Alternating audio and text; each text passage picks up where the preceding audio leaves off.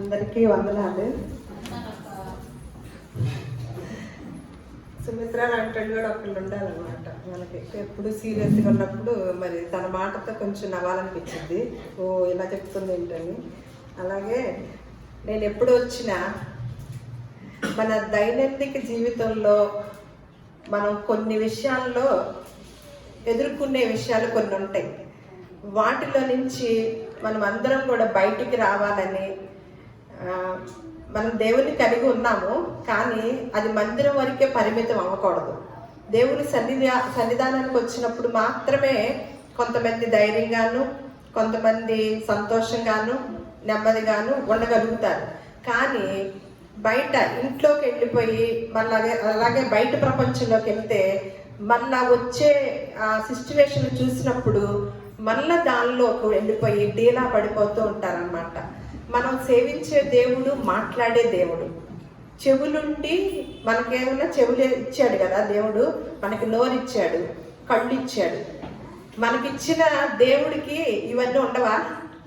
చెవులు ఉంటాయి, కళ్ళు ఉంటాయి, నోరు ఉంటుంది, అన్నీ ఉంటాయి కదా. మనకిచ్చేసి ఆయనకి లేకుండా ఉంటాడా? మనకి ఇచ్చినవాడు ఆయన కూడా ఉన్నవాడు అనమాట. అందుకని మనం ఏది చెప్పినా వినడంటారా? వింటాడు. అలాగే మన పరిస్థితులు తెలియదు అంటారా? తెలుస్తుంది. అవన్నీ కూడా దానిలో ఉన్న విధానాన్ని, దేవుడు మన కొరకు చెప్తున్న విధానాన్ని గనక తెలుసుకొని హృదయంలో ఉంచుకుంటేనే మనం నెమ్మది పొందుకోగలుగుతాం. అంతేకాని ఇటు వినేసి అటు వదిలేస్తే బయట ప్రపంచంలోకి వెళ్ళాక ఏమీ ప్రయోజనం ఉండదు. మళ్ళా దిగులు, చింత అనేది మనతోనే ఉంటుంది. ఒక సామెత ఉంటుంది, చింత ఏమంటుందంట, ఏదో అంటారు, చితి చనిపోయిన వారిని కాల్చిద్ది, చింత బ్రతికున్న వారిని కాల్చిద్ది అనమాట. చితి ఏమన్నా చనిపోయిన వారిని, ఊరికే చనిపోయిన బాడీని కాల్చింది. చింత ఏమో చేస్తుంది, బ్రతికున్న వారినే కాల్చింది. ఆ చింతే లేకుండా ఉంటే మరి అంతే కదా. ఆ చింతే లేకుండా ఉంటే మనం కాలిపోం కదా. అదే ఆ చింతే లేకుండా చేసేవాడు ఎవరైనా ఉన్నారంటే ఒక్క దేవుడు ఒక్కడే అనమాట. అలాంటి విధానంలోనే నేను ఈరోజు మొన్న మధ్య పేపర్ చదువుతూ ఉంటే నాకు ఒక పేపర్లో ఒక మ్యాటర్ ఉందన్న. ఆ మ్యాటర్ చూస్తే చాలా ఆశ్చర్యం వేసింది. నిజమే, ఇట్లాంటి సెంటర్లు ఉండాలన్నమాట. ఇప్పుడు ఈ మధ్య కాలంలో ఇదివరకు కాలేజీల్లో పిల్లలకి మానసిక అంటే సైకాలజికల్గా ఉండే కౌన్సిలింగ్ ఇచ్చే లెక్చరర్స్ తక్కువ ఉండేవాళ్ళు. కానీ ఇప్పుడు పోను కౌన్సిలింగ్ ఇచ్చే లెక్చరర్లు కూడా పెట్టుకుంటారు. ఎందుకు? ఆ పిల్లల్లో అదో రకమైన భయము, ఆందోళన.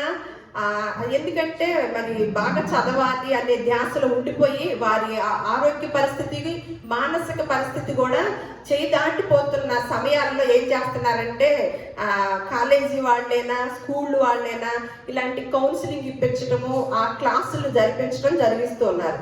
మరి గృహిణులుగా ఉన్న మనము, ఇళ్లలో ఉన్న మనకి మరి ఏ కౌన్సిలింగ్ సెంటర్లకు వెళ్ళాలి? చింతపడే వాళ్ళకి, చింతించే వాళ్ళకి ఏ కౌన్సిలింగ్ సెంటర్కి వెళ్ళాలండి? ఇప్పుడు ఒక చోటకి వెళ్ళామనుకోండి, ఒక మాట చెప్పారనుకోండి. ఇప్పుడు డాక్టర్ దగ్గరికి వెళ్తాము, ఏదో జబ్బు ఉందనుకోని. అక్కడికి వెళ్ళాక డాక్టర్ గారు నీకు ఏ జబ్బు లేదమ్మా, నువ్వు చాలా బాగుంది, హెల్తీగా ఉన్నావు, నీ శరీరం టెస్ట్ చేస్తే ఏదీ లేదు అని ఒక మాట చెప్పాడు అనుకోండి, ఎంత సంతోషం ఉంటుంది. 1000 వేలుగుల బలం వచ్చింది కదా. అంటే అక్కడ ఏముంది? ఒక మాట డాక్టర్ గారు చెప్పాడనమాట. ఆ మాటను తీసుకునేసరికి మనం ఏమన్నా అనుమానంతో వెళ్తాం. అమ్మో నాకేదో ఉంది, ఏదో ఉంది అనుకుంటే అనుమానంకి వెళ్తాం. కానీ అనుమానాన్ని చక్కగా నివారణ చేసేసి ఏమీ లేదమ్మా, నీకు బాగా హెల్తీగా ఉన్నావు, ఉన్న వాళ్ళందరిలో కన్నా నువ్వే ఆరోగ్యంగా ఉన్నావు అని ఒక మాట వదిలేశారనుకోండి, ఎంత సంతోషం. అంటే మాటల్లో ఉన్న శక్తి అలాంటిది అనమాట. డాక్టర్ మాటకే అంత శక్తి ఉండి మనం బలపడుతూ ఉంటామే. అలాగే మనం బాధపడేటప్పుడు మన తోటి వారు వచ్చి భయపడద్దని ఒక ఓదార్పు మాట చెప్పినప్పుడు ఆ మాటను తీసుకుంటే గనక ఎంత బలపడతామో, మనుషులకే ఎంత ఈ మాటలో ఉన్న మనుషులకున్న మాటలోనే ఎంత శక్తి ఉన్నప్పుడు మరి సర్వశక్తి కలిగిన దేవుడి మాటలో ఎంత శక్తి ఉంటుందండి? చాలా ఉంటుంది అన్నమాట. మనం ఎంతైనా ధన్యులు. ఇటువంటి ఎక్కడో మనం ఒక అటువంటి క్లాసులకి వెళ్ళకోకుండానే దేవుని సన్నిధిని అనుభవించడానికి ఇటువంటి వారానికి ఒక రోజు దేవుడు మనకి నిర్ణయించిన ప్రకారం ఎవరైతే పొందుకుంటారో, ఆ క్లాసుల్లో జాయిన్ అవుతారో వారందరూ కూడా నిబ్బరంగానే ఉంటారు అనమాట. నేను చదివేది ఏంటంటే ఇందులో ఓవర్ థింకర్ల లక్షణాలంట. ఓవర్ థింకర్ల లక్షణాలని వేశాడనమాట పేపర్లో. ఏంటంటే అతిగా ఆలోచన చేసే వారికి ఏమి దూరం అయిందంట? అతిగా ఆలోచన చేసే వారికి ఏమి దూరం అవుతుంది? ఆనందం దూరం అయిద్దని వీళ్ళు రాశారనమాట. అందుకని మరి ఇలాంటి ఈ పేపర్లో మరి ఏదో ఒకటి ఒక ఆవిడకి వచ్చిన ఆలోచన బట్టి అది రాయటం జరిగింది. అది మరి కొంతమంది చదువుకోవటం వల్ల నిజమే కదా అనుకుంటూ ఉంటాం కదా. అయితే ఇందులో మాటలు నేను చదివాక అసలు వీటన్నిటికి మించిన మాటల్ని పరిశుద్ధ గ్రంథంలో దేవుడు ఎప్పుడో రాసి ఉంచాడు. కాబట్టి మనం ఎంతైనా ధన్యులము. అవి మరి మన హృదయాల్లో ఉంటున్నాయా లేకపోతే బైబిల్ గ్రంథంలోనే నిలిచిపోతున్నాయా అనేది మనం ఆలోచించుకుందాము.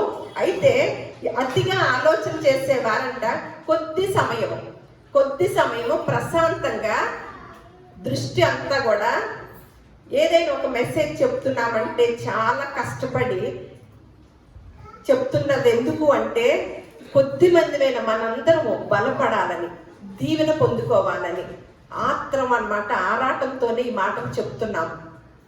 తప్పకుండా వాటిని స్వీకరించి మీరు తీసుకుంటేనే ఏదైనా ఒక ప్రయోజనకరంగా ఉంటుంది అనమాట. మనం ఎంతో మన సమయాన్ని హెచ్చించి మన ఇంట్లో పనులు కూడా పక్కన పెట్టి ఇక్కడికి వచ్చాము అంటే ఏదో ఒకటి నేర్చుకోవాలి, బలపడాలి, దీవించబడి వెళ్ళాలన్నమాట. అతిగా ఆలోచనలు చేసే వాళ్ళ యొక్క విధానం ఎలా ఉంటుందో ఒకసారి చూద్దాము. నేను చేసింది తప్పేమో, నేను చేసిన పని వల్ల ఇలా అవుతుందేమో, వాళ్ళు అలా చేస్తే ఏం చేయాలి, నా పరువు పోతుందేమో, చిన్న కారణాలకు కూడా ఎంతో ఆలోచిస్తూ బాధపడుతూ ఉంటారంట కొందరు. అర్థమైందా? నేను చదువుతున్న అర్థమవుతుంది కదా. అలా బాధపడుతూ ఉంటారంట కొందరు. దీనినే ఏమంటారంటే ఓవర్ థింకింగ్ అంటారు. ఎవరంటే మానసిక నిపుణులు. ఇలాంటి వారిని ఒక చోట చేర్చి ఆలోచనలు పంచుకుంటే ధైర్యం వస్తుందంట. ఇలాంటి వాళ్ళనంట ఒక చోట చేర్చి వాళ్ళ యొక్క ఆలోచనలు మనం పంచుకుంటే వాళ్ళకి ధైర్యం వస్తుందంట. ఏమని? నేను చేసిన తప్పేమో, నేను చేసిన పని ఇలా ఉంటే బాగోలేదేమో, వాళ్ళు ఏం చేస్తారో, వాళ్ళు ఏమనుకుంటారో, వీళ్ళేమనుకుంటారో అని అన్నవాళ్ళది అనమాట. అలా ఇంకేంటంటే మ్యాటర్, జీవితంలో మార్పులు సహజం, కానీ జరగబోయే మార్పు గురించి చదువు, ఉద్యోగం, వివాహం, విడాకులు, పిల్లల ఆరోగ్యం లేదా తల్లిదండ్రుల చివరి రోజులు, వీటి గురించి రోజుల తరబడి ఆలోచిస్తూ ఉంటారు కొందరు.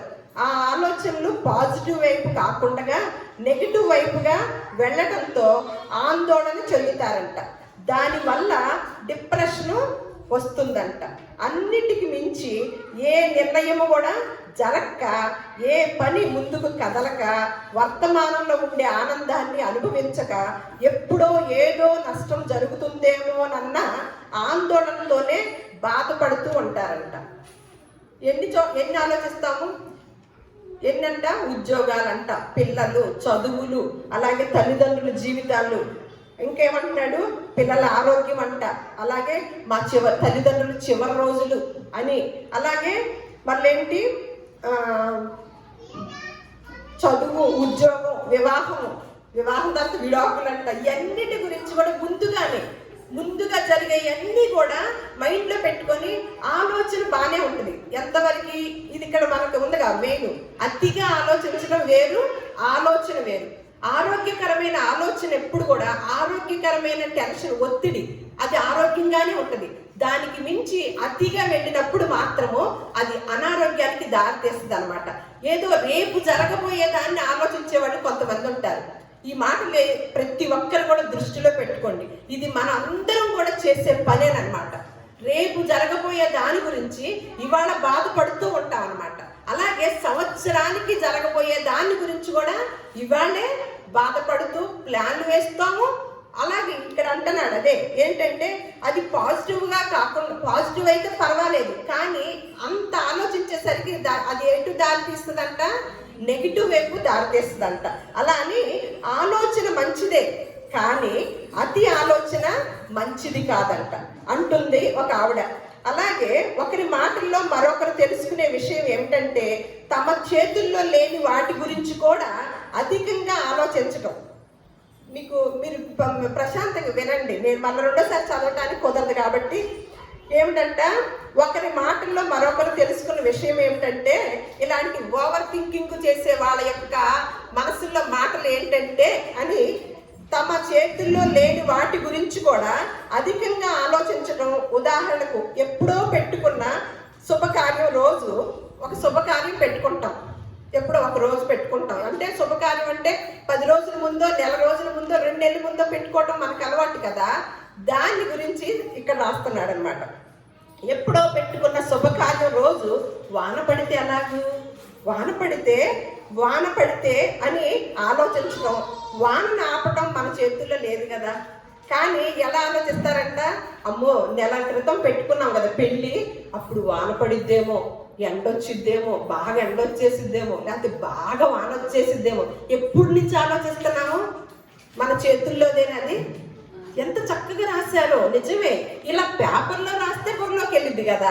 ఇవన్నీ కూడా పరిశుద్ధ గ్రంథంలో ఎప్పుడో దేవుడు రాయించాడు. మనం ఎన్ని సంవత్సరాలు ఏంటంటే నమ్ముకొని ఇవన్నీ కూడా మన బుర్రలో పెట్టుకుంటే మనమే ఒక లెక్చరర్ అయిపోతామా? బాధపడే వాళ్ళకి చెప్పే విషయంలో ఏంటంట, ఆ శుభకార్యం గురించి అంట వాన పడితే అంట ఆలోచిస్తామంట. పడితే పడుతుంది, లేకపోతే లేదు. పడినప్పుడు అందుకు తగ్గ సర్దుబాట్లు పనులు అనవసరం అవుతాయి కదా. పడినప్పుడు దాని సర్దుబాట్లు ఏమైనా ఉంటాయా? వర్షం పడింది, ఒక కార్యక్రమం చేసేటప్పుడు దానికి సర్దుబాట్లు ఉంటాయా? మంచి షామ్యాన్ని వేసుకోవడం ఆ సమయానికి, దానికి సొల్యూషన్ ఉంటుంది కదా. కానీ అతిగా ఆలోచించడం అన్నమాట ముందు విషయాలు. అలా అనుకొని వదిలేయాలంట. కానీ అదే పనిగా ఆలోచించడం ఆరోగ్యం కాదు. దానివల్ల ఇవాల్టి ఆనందాలు కూడా 2 నెలలకు జరగబోయే పెళ్లి గురించి ఇవాళ ఆలోచించామనుకోండి, ఏమవుతుందంట, ఇవాళ ఆనందాన్ని కూడా కోల్పోతామంట. అసలే మనిషికి ఆనందం తక్కువ వయసు పరంగా. వయసు పెరిగే కొద్దికి ఒక్కొక్క ఆనందం కోల్పోతూ ఉంటాం. మరి ఉన్న రోజు కూడా ఆనందాన్ని కోల్పోవటం అంత ఎందుకు? మనకు అంత దరిద్రము చెప్పండి. ఈ రోజు మనదే కదా. ఇక్కడ చూడండి, ఇవన్నీ చదివాక దేవుడు ఏం చెప్తున్నాడో చూద్దాము. అలా ఇవాళ ఆనందం కూడా మిస్ అవుతారు. అలాగే ఆత్మ విమర్శ అధికంగా చేయటం అంట. ఒక పని పూర్తిగా లోపరహితంగా చెయ్యాలనుకోవటం. జరిగిపోయిన ఘటనలు, మాటలు తలచుకొని వాటిలో ఏమైనా తప్పులు జరిగాయా, పొరపాట్లు జరిగాయా, వాటి పర్యవసనాలు ఏమిటి అని తల మునకలు అవటం అంట. జరిగిపోయిన తప్పుల్ని మనం సరి చేసుకుంటామండి నిజంగా. ఇప్పుడు ప్రశాంతంగా ఆలోచిస్తుంటే అర్థమవుతుంది కదా. ఇప్పుడు జరిగిపోయింది ఒక తప్పు, ఈ రోజు మనం సరి చేసుకోవడానికి కుదిరిద్దా? కుదరినప్పుడు ఆ జరిగిపోయిన తప్పు గురించి ఇప్పుడు ఆలోచించడంలో అర్థం ఉంటుందా? మరి తెలుసు కదా. మనలో ఎప్పుడైనా ఆలోచించి ఉంటామా? ఒక మాట అనేసాం ఇతన్ని అంత ముందు, ఆ మాటను తీసుకోవడం కుదిరిద్దా? లేదు. ఇక తర్వాత మన చేతుల్లో ఏముంటది? ఇక ముందు అలా మాట్లాడుకోకుండా ఉండే అవకాశం ఉంటది, అలా చేయకుండా ఉండే అవకాశం మన చేతుల్లో ఉంటది. అంతేగాని జరిగిపోయిన వాటిని తీసుకొచ్చుకునే అవకాశం ఉంటుందా? లేదు. అందుకని దాని గురించి ఆలోచించద్దు అన్నారు అని. అలాగే ప్రయాణాల్లో ప్రమాదాలు ఊహించడం. శుభకార్యాలప్పుడు అవి సరిగ్గా జరుగుతాయో లేదోనని ఆందోళన చెందటం. చిన్న సమస్యలకు కూడా పెద్ద పర్యవసానాలు ఊహించటం. ఎవరికి చెప్పుకోక ఆ ఆందోళనలోని రోజులు తరబడి ఉండటం. ఒక్కోసారి ప్రయాణమై పిల్లలు ఇంట్లో నుంచి వెళ్తారండి. ఈలోపు తల్లిదండ్రులు ఇంట్లో ఉన్న ఖాళీగా ఉంటారు. తల్లిదండ్రులు మనం ఎలా ఆలోచిస్తాం తెలుసండి? అమ్మో జాగ్రత్తగా వెళ్ళారో లేరో పిల్లలు, అమ్మో వాళ్ళు చేరారో లేరు, బండేసుకెళ్ళారు, ఎట్టెళ్తారో, ఇవన్నీ ఆలోచిస్తున్నామా లేదా? సరే ఏమన్నా ఆలోచించాము, ఆ బండి వేసుకెళ్ళి వెళ్ళే వాళ్ళని మనం ఏమన్నా ఆపుతామా? జరిగేది లేదు కదా. ఇది రాశారనమాట. ఇవన్నీ కూడా ఎవరు? మానసిక నిపుణులు రాసిన మాటలు అనమాట. ఏమని? శుభకార్యాలప్పుడు కూడా అట్ట జరుగుతాయో, మంచిగా జరుగుతాయో లేదు, ఎట్లా అని ఆందోళన అంట. అలాగే ప్రయాణాలే వెళ్తున్నాం, అమ్మో ప్రమాదాలు వస్తాయేమో అని ఊహించుకోవటం అంట. అలా అని ఓవర్ థింకర్లు కొన్ని జాగ్రత్తలు తీసుకోవటం వల్ల మెరుగ్గా ఉండొచ్చంట. ఇలా అతిగా ఆలోచించే వాళ్ళు కొన్ని జాగ్రత్తలు తీసుకుంటే కనుక మెరుగ్గా ఉండొచ్చని వాళ్ళు నిపుణులు చెప్తున్నారనమాట. ఏమనంటే అతిగా ఆలోచించే చాలా విషయాలు పడే భయాలు దాదాపుగా నిజము కావు. పిల్లల్ని స్కూల్ బస్ ఎక్కించాక దానికి ప్రమాదం జరిగితే అని ఆలోచించడం మంచిది కాదు. అలా 1,00,000 సార్లలో ఒకసారి జరుగుతుంది. ఆ ఒక్కసారి గురించి అతి ఆలోచన చేయకూడదు. ఎక్కువ ఆత్మ విమర్శ చేసుకోకుండా ఏదో ఉన్నంతలో బెస్ట్ చేసాం అని ముందుకెళ్ళాలి. ఏదో ఒక మేరకు సంతృప్తి చెంది పని జరిగేలా చూడాలి. ఆలోచనలు శృతి మించుతుంటే స్నేహితులతో మాట్లాడాలి, చెప్పుకోవాలి. కొత్త పనులైనా నేర్చుకొని ధ్యాస మళ్లించాలి. సోషల్ మీడియాలో పనికి మాలిన పరిజ్ఞానం వీడియోలు తగ్గించాలి. ఈ క్షణంలో ఉండటం ప్రాక్టీస్ చేయాలి. అన్నీ మనం అనుకున్నట్టుగా జరగవు అనే వాస్తవాన్ని ముందు యాక్సెప్ట్ చేయాలి. సమస్య ఎదురైనప్పుడు చూసుకుందాంలే అనుకొని ధైర్యంగా ఉండాలంట. ఎన్ని మాటలు రాశారు చూడండి. అలా ఇవన్నీ మాటలు చెప్తున్నారు కదా. మనకు ఇప్పుడు పరిశుద్ధ గ్రంథంలో దేవుడు ఎలా రాసి ఉంచారో ఒకసారి ఫిలిప్పీలకు రాసిన పత్రిక 4వ అధ్యాయము 4వ వచనం చూద్దాం. ఫిలిప్పీలకు రాసిన పత్రిక 4వ అధ్యాయము 4వ వచనం.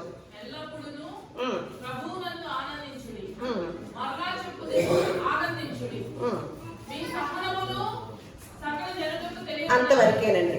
అలాగే లూకాసు వార్త 12వ అధ్యాయము 22వ వచనం నుంచి 26వ వచనం వరకు ఇక్కడ ఏమని చెప్తున్నాడంటే ప్రభు దేవుడి మాట, ఎల్లప్పుడూ ఆనందించుడి, మరలా చెప్తున్నాను ఆనందించండి.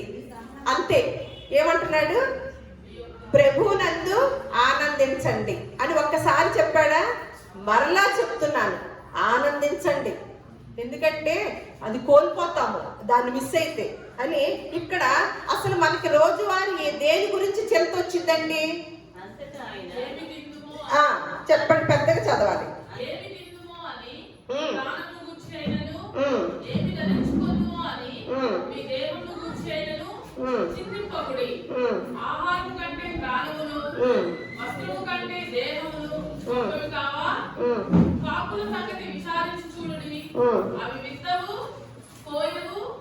వాటికి గరిసి లేదు, కొట్టు లేదు, అయినను దేవుడు వాటిని పోషించుచున్నాడు.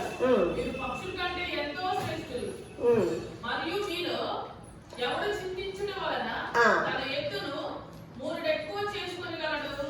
కాబట్టి అన్నిటికంటే తక్కువైనవి మీ చేత కాకపోతే తక్కిన వాటిని గురించి మీరు చింతింపలేరా? అంతే. అంతవరకు చాలమ్మా. ఇక్కడ ఏమని చెప్తున్నాడు? చక్కగా కాకులను చూడండి అంటూ పక్షులు చూపించి శ్రేష్టమైన మానవుల గురించి మాట్లాడుతున్నాడు అనమాట. శ్రేష్టమైన మానవులం కదా. ఎవరి దగ్గరికి వెళ్తున్నాము? కాకుల దగ్గరికి వెళ్ళాలి. అందుకని అలా చూపించి మాట్లాడుతూ వీటన్నిటి గురించి ఎందుకు ఆలోచిస్తున్నారు అని ఇక్కడ చూసాం కదా. అలాగే మత్తయి సువార్త 6వ అధ్యాయం 34వ వచనం కూడా చూద్దాము. 34:1 చదవండి. మత్తయి సువార్త 6వ అధ్యాయం 34.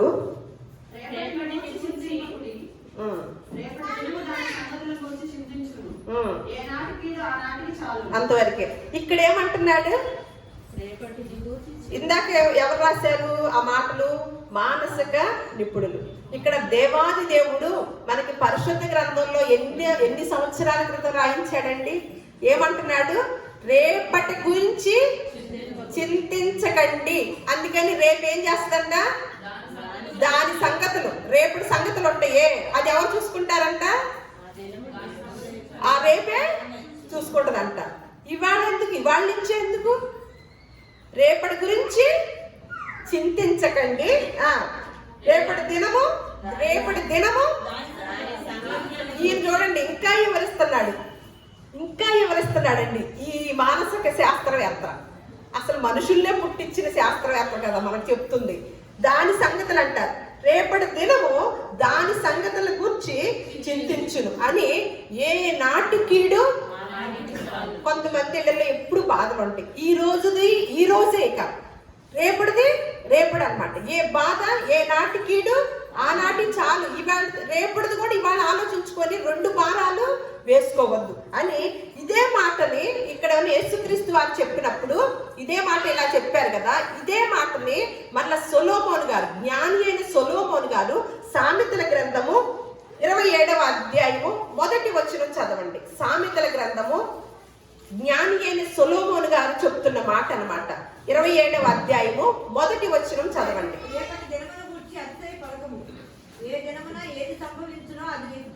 అంతవరకే. రేపటి దినము గురించి అస్సలు అతిశయవద్దు, దిగులు వద్దు, 2 పడవాకండి.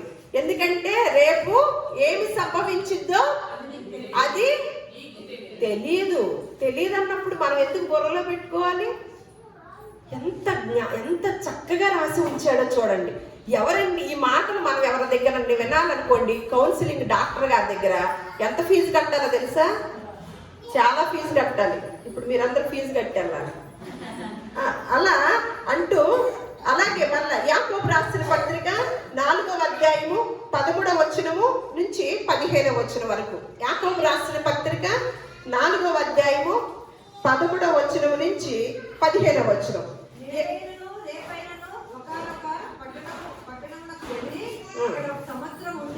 వ్యాపారం చేసి లాభం సంపాదించము రండని చెప్పుకున్న వారు ద్వారా రేపేమి సంభవించునో మీకు తెలియదు. మీ జీవం ఏ పాటిది? మీరు కొంతసేపు కనపడి అంతలో మాయమైపోవు ఆవిరి వంటి వారే కనుక ప్రభు చిత్తమైతే మనము బ్రతికి ఉండి ఇది అది చేతమని చెప్పుకోవాలి. ఇప్పుడైతే మీరు మీ డబ్బముల యందు అతిశయపడుతున్నారు. ఇది అతిశయమంతయు చెడ్డది. కాబట్టి మేలైనది చేయనియు అలాగ చేయని వారికి. అంతవరకేనండి. ఇక్కడ ఏమంటున్నాడు? సంభవించడం మీకు తెలియదు. నేడైనను రేపైనను ఒకనొక పట్టణంలోకి వెళ్ళి అక్కడ 1 సంవత్సరం ఉండి వ్యాపారం చేసి లాభము సంపాదింతుము రండని చెప్పుకొని వారులారా అంటూ రేపేమి సంభవించునో మీకు తెలియదు. మీ జీవం అసలు ఏ పాటిది అనుకొని మీరు ఈ రేపటి గురించి అసలు మనం ఏం చేస్తాము? ఈయన పాపం పరిమితిగానే చెప్తున్నాడు. ఒకవేళ మనం రేపే ఆలోచిస్తున్నామేమని కాదు. కొంతమంది ఆలోచనలు ఎన్ని సంవత్సరాలు ఉంటాయో తెలుసా? ఉంటాయి కదా, చాలా సంవత్సరాలు. కానీ అసలు రేపు ఆలోచించే వాళ్ళ గురించే చెప్తున్న మాట అన్నమాట. మీ జీవం అసలు ఏ పాటిది? ఏమంటున్నాడు? మీరు కొంతసేపు కనబడి అంతలో మాయమయ్యేపోయే ఆవిరి వంటి వారే కదా అని. కనుక ఏమనాలంట? ఇగో రేపు దేవుని చిత్తమైతేనండి రేపు అది చేస్తాను, రేపు ఇది చేస్తాను, ఆయన చిత్తం అవ్వాలి కదండి, నాకు అవకాశం ఇవ్వాలి కదా అని చెప్పుకోవాలంటండి. ప్రభు చిత్తమైతే మనం బ్రతికి ఉండి ఇది అది చేతమని చెప్పుకోవాలంట. ఎంత బాగా రాశాడో చూడండి. ఇన్ని మాటలు ఇంకా ఉన్నాయి అసలు చాలా అన్నమాట. అలా మళ్ళీ ఎఫెసీయులకు రాసిన పత్రిక 3వ అధ్యాయము 20వ వచనం. ఎఫెసీయులకు రాసిన పత్రిక 3వ అధ్యాయము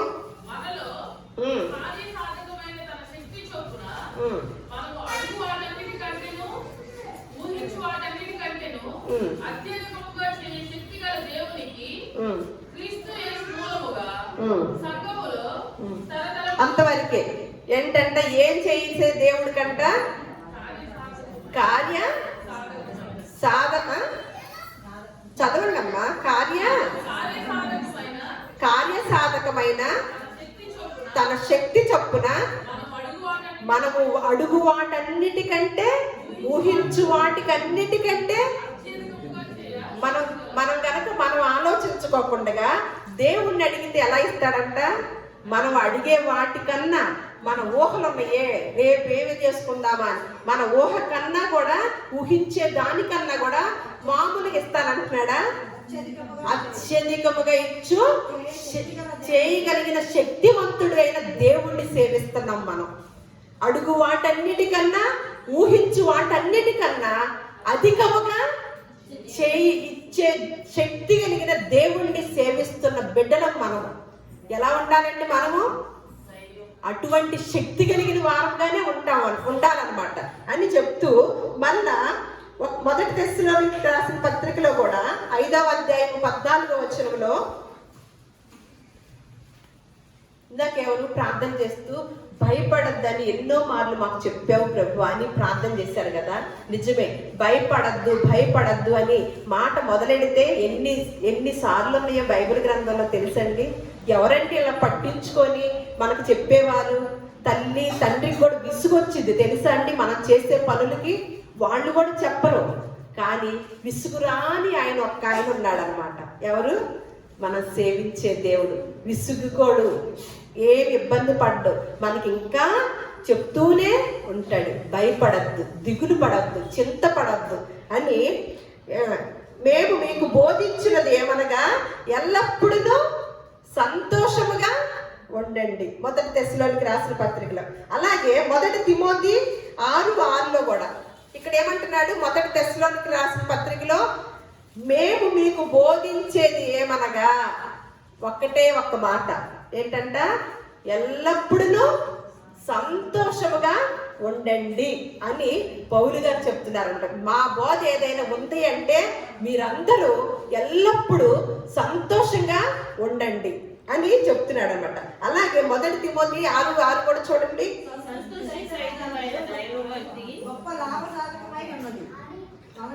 నేను చదువుతానండి, మీరందరూ కూడా ఇద్దరిద్దరుగా చదువుతున్నారు కానీ పెద్దగా చదవట్లేదు కదా, మరి మాటలు తెలియాలి కదా.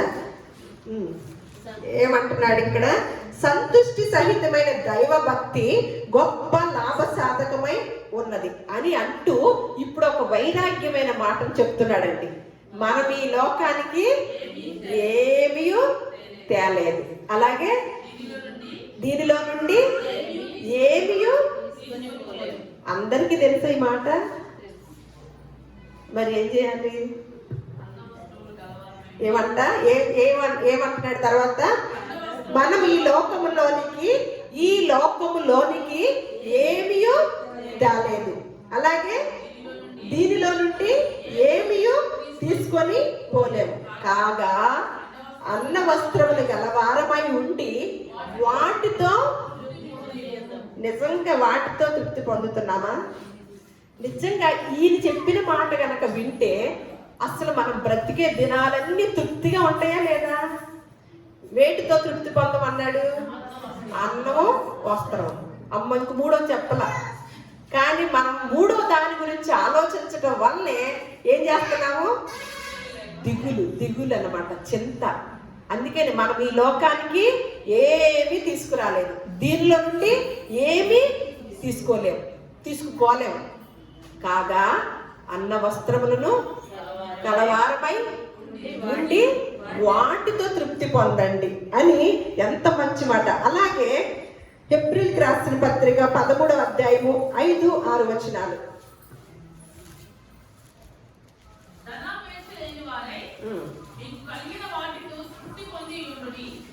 ఏమంటున్నాడు ఇక్కడ?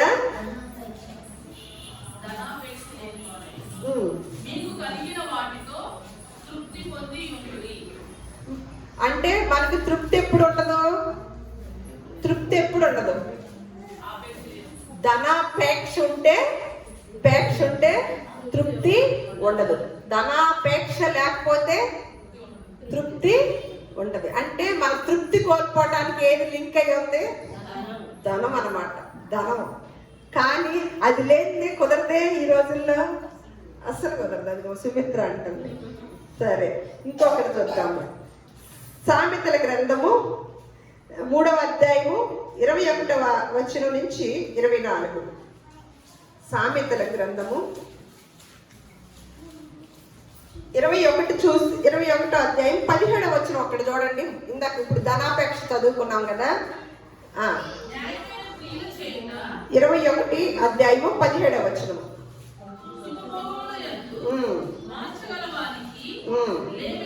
అంతవరకే. మనకి లేమి ఎప్పుడు వచ్చిందంట? డబ్బులు లేకపోతే కదా. లేమి ఎప్పుడు? మన దగ్గర రూపాయలు లేకపోతే లేమే కదా. కానీ ఎప్పుడు వచ్చిందంట? సుఖభోగములు యందు వాంఛ కలిగినప్పుడు ఏమొచ్చిందంట? మనకి లేమొచ్చిందంట. అవసరతలు వేరు, కోరికలు వేరు. అవసరత అనుకోండి తీరిపోద్దా లేదా, కానీ కోరికల్లోకి వెళ్ళేసరికి ఏమవుతుంది? వాంఛ అంట. సుఖభోగములు యందు వాంఛ. కానీ ఇక్కడ పౌలు గారు ఇంతకుముందు ఏమన్నాడు? మీరు అన్న వస్త్రములు కలిగిన వారై తృప్తి పొందండి, ఆపేక్ష లేకుండగా అని అన్నాడు. ఇక్కడ సుఖభోగములు యందు వాంఛ కలిగితే లేమి వచ్చిందంట. అసలు సామెతలు చూడండి ఎంత అర్థవంతంగా ఉన్నాయో. అలా మళ్ళా సామెతలు 15వ అధ్యాయం 15వ వచనం. అందులోనే 24 కూడా చూడండి, 21లో కూడా 24 చూడండి. 24 ఒకటి చూసేసి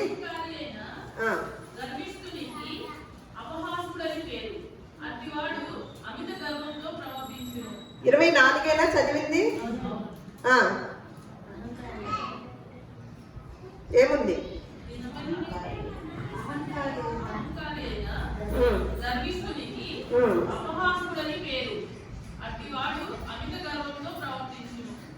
ఓకే, ఇది ఇంకోటి అట్టుకుంటా. సామెతలు 15:15 చదవండి. బాధపడు వారి దినములన్నీ శ్రమకరములు, సంతోష హృదయునికి నిత్యము విందు కలుగును. అది ఏంటంట? బాధపడు వారి దినములన్నీ అంటే దేని విషయంలో బాధపడతాం? అక్కడ రాయలేదు కదా, దాన్ని పక్కన ఏదన్నా రాస్తే దాని విషయం అని ఉంటుంది. అంటే ఈ మనుషులకి అన్ని విషయాల్లో బాధ ఉంటుంది కాబట్టి ఒకటి అని రాయిలా. ఏమంటున్నాడు అక్కడ? బాధపడే వారికంట దినములన్నీ శ్రమకరంగానే ఉంటాయి. ఎందుకు నిన్నేం పడమని అనలేదుగా అని దేవుడు చెప్పాడు కదా. కానీ బాధపడితే ఏమవుతున్నాయి అంట?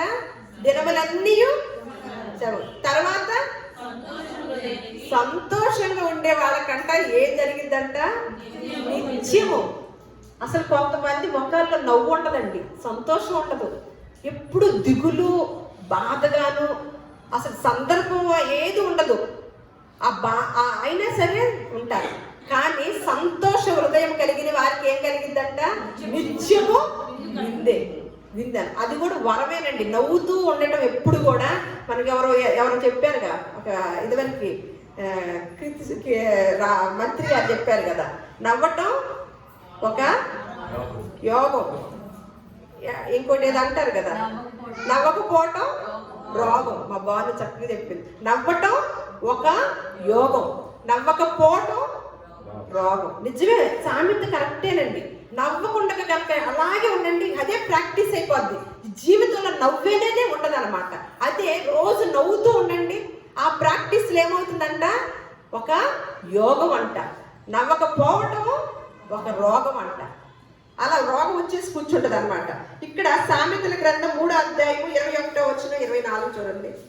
సామెతల గ్రంథము. నా కుమారుడా, లెస్స అయిన జ్ఞానమును వివేచనను భద్రము చేసుకును. వాటిని నీ కన్నుల ఎదుట నుండి తొలగిపోనీయకుము. అవి నీకు జీవముగాను నీ మెడకు అలంకారముగాను ఉండును. అప్పుడు నీ మార్గమున నీవు సురక్షితముగా నడిచెదవు, నీ పాదము ఎల్లప్పుడూ తొట్టిల్లదు. పడుకున్నప్పుడు నీవు భయపడవు, నీవు పరుణ్ణి సుఖముగా నిద్రించెదవు. ఎప్పుడు ఇవన్నీ జరగాలంటే నా కుమారుడా, లెస్స అయిన జ్ఞానమును వివేచనను ఏం చేసుకోవాలి? భద్రం చేసుకుంటే పడుకున్నప్పుడు ఎలా ఉంటావంట?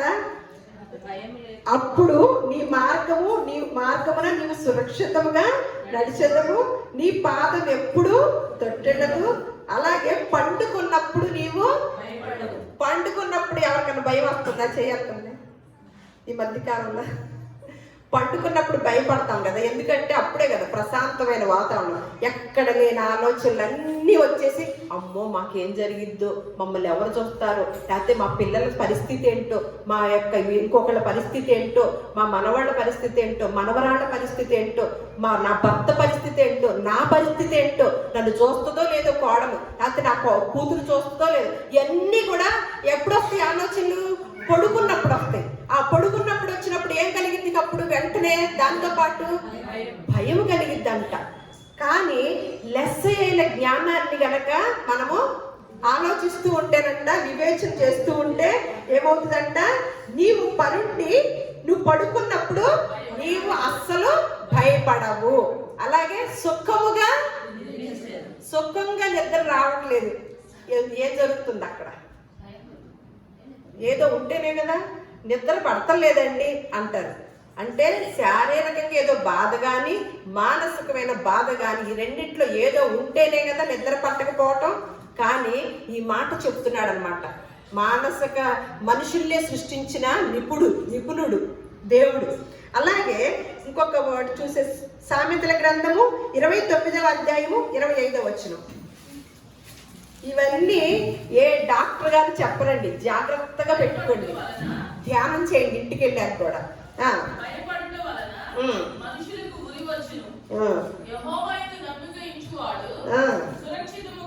అబ్బా చూడండి, భయపడటం వల్ల ఏమొచ్చిందంట? ఊరి పెట్టుకుంటేనా? పెట్టుకోకుండానే ఊరు వచ్చిందంట. ఊరంటే భాష తెలుసు కదా, ఊరు పెట్టుకున్నారమ్మా, చచ్చిపోయారమ్మా అంటారు కదా. కానీ ఏంటంట, భయపడటం వలన, అసలు భయపడితేనే ఇంత తప్ప?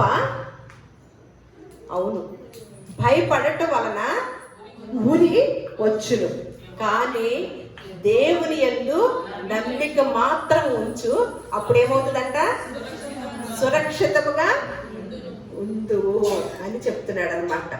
చెప్తూ ప్రసంగి గ్రంథం చివరిగా చూసి ముగించుకుందాము. 3వ అధ్యాయము, ప్రసంగి గ్రంథము 3వ అధ్యాయం. ఈ ప్రసంగిలో అయితే ఎన్ని ఉన్నాయోనండి, దేవుడు ఎన్ని మాటలు రాయించాడో.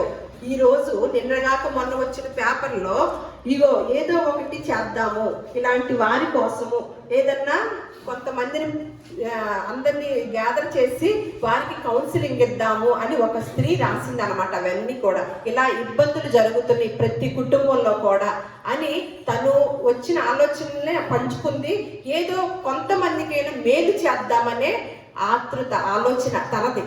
కానీ దేవాది దేవుడు మనందరికి ఇంకా గొప్ప మేలు చేద్దామని ఎప్పుడో రాసి ఉంచిన మాటలు అనమాట. 3వ అధ్యాయము 1 నుంచి 15 వచనాలు చదువుకుందాము. నేను చదువుతాను. ప్రతి దానికి సమయము కలదు. అందుకని మనం అనుకున్నాం, అంతకుముందు పేపర్లో చదివాం కదా, అమ్మో పెళ్లికి పెట్టుకున్నాం కదా, వర్షం వచ్చిద్దేమో, నెల క్రితం నెల పోయాక వర్షం వచ్చిద్దేమో ఆ పెళ్లి టైంలో. అలాగే మా అమ్మాయికి పెళ్లి ఎలా జరగాలో, మా అబ్బాయి చదువు ఎలా చదువుతాడు, అమ్మో డిగ్రీ పూర్తి చేస్తాడా, ఇంకొకటి అయిద్దా, ఇవన్నీ ఇప్పుడు కదా ఆలోచిస్తాము. అందుకని ఇక్కడ చెప్తున్న మాట సొలొమోను గారు, ప్రతి దానికి కూడా సమయము కలదు.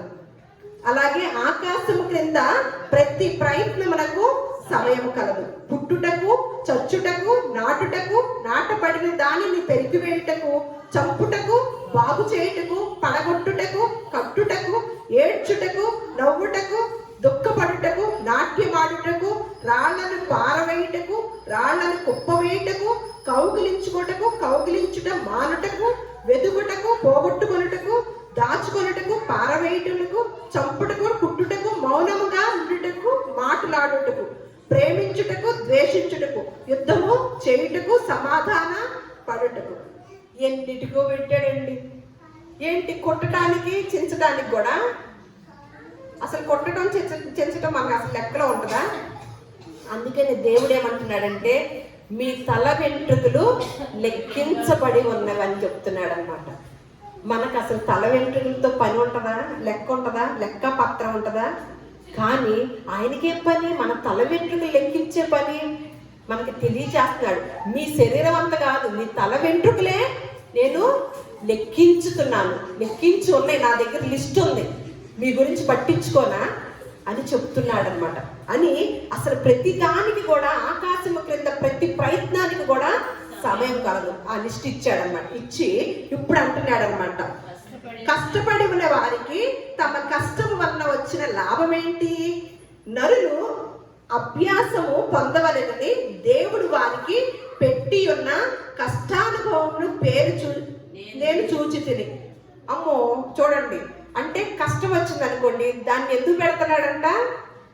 నరులకి అభ్యాసం అంట, నేర్చుకోవాలని అంట వాటిల్లో నుంచి అని అంటూ, దేని కాలమునందు అది చక్కగా ఉండునట్లు సమస్తమును ఆయన నియమించి ఉన్నాడు.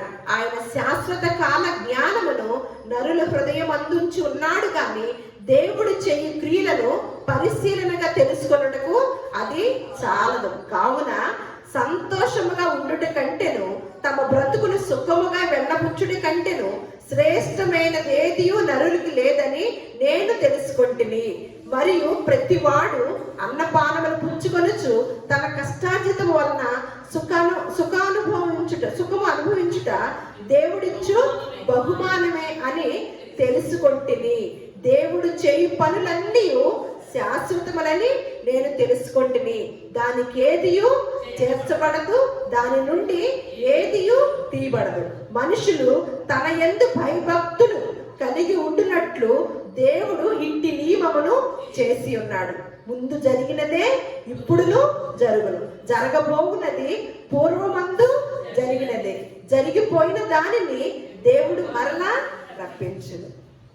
చూడండి, ఇట్లాంటి పోతూ ఉంటే, చదువుకుంటూ పోతుంటే ఎన్ని మాటలోనండి, ఎన్ని మాటలో. ఇటువంటి మాటలు దేవుడు మనకి రాసి ఉంచితే మనం ఏం చేస్తున్నాం? ఈ ఎరగని వారు ఎవరు లేరు, కానీ ఈ తెలియని వారికి ఎటు తెలియదు.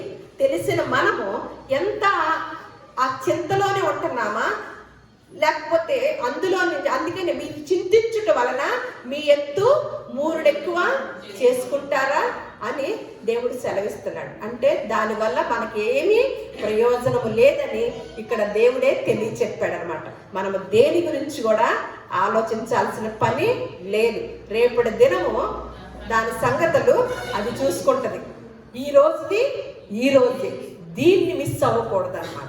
దేన్నైనా పోయిన దానిని, అంతకుముందు జరిగిపోయిన దానిని బాధపడుతూ అలా అన్నాను, ఇలా చేశాను, అలా పోయింది నా జీవితం, నేను ఇలా అయిపోయాను అని మనం బాధపడటం వల్ల అనారోగ్యమే తెచ్చుకుంటామే కానీ దాన్ని సరి చేసుకునే అవకాశము మన చేతుల్లో లేదు.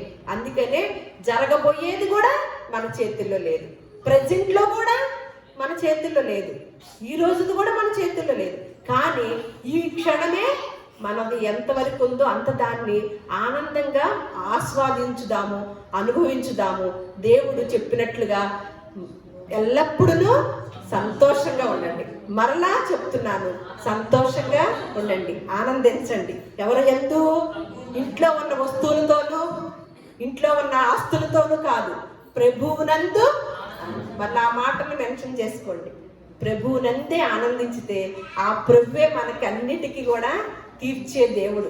అందుకనే రాజుల్ని ఆశ్రయించడం కన్నా, మనుషుల్ని ఆశ్రయించడం కన్నా దేవుణ్ణి ఆశ్రయించుట మేలు. అటువంటి మేలుని ప్రతి ఒక్కరూ మనందరం కూడా పొందుకొని ఎప్పుడు ఆనందంతో, ప్రభువునందు ఆనందంతో ఈ మాటల్ని నెమరు వేసుకుంటూ మన దైనందిక జీవితంలో ఆస్వాదిస్తడానికి దేవుడు మనకు అటువంటి పరిశుద్ధాత్మ శక్తిని మెండుగా నిండుగా అనుగ్రహించును గాక. దేవుడు మిమ్మల్ని అందరినీ కూడా దీవించును గాక.